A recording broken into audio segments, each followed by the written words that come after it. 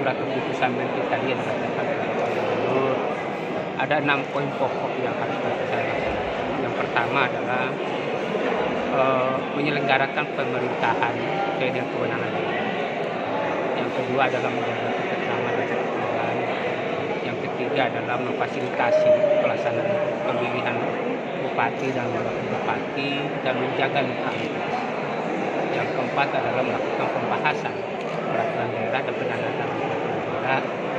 Yang kelima adalah pengisian jabatan berdasarkan undang-undang berlaku setelah mendapatkan keputusan tertulis dan menjadi. Dan yang terakhir adalah saya selaku ketua Satgas Penanganan COVID.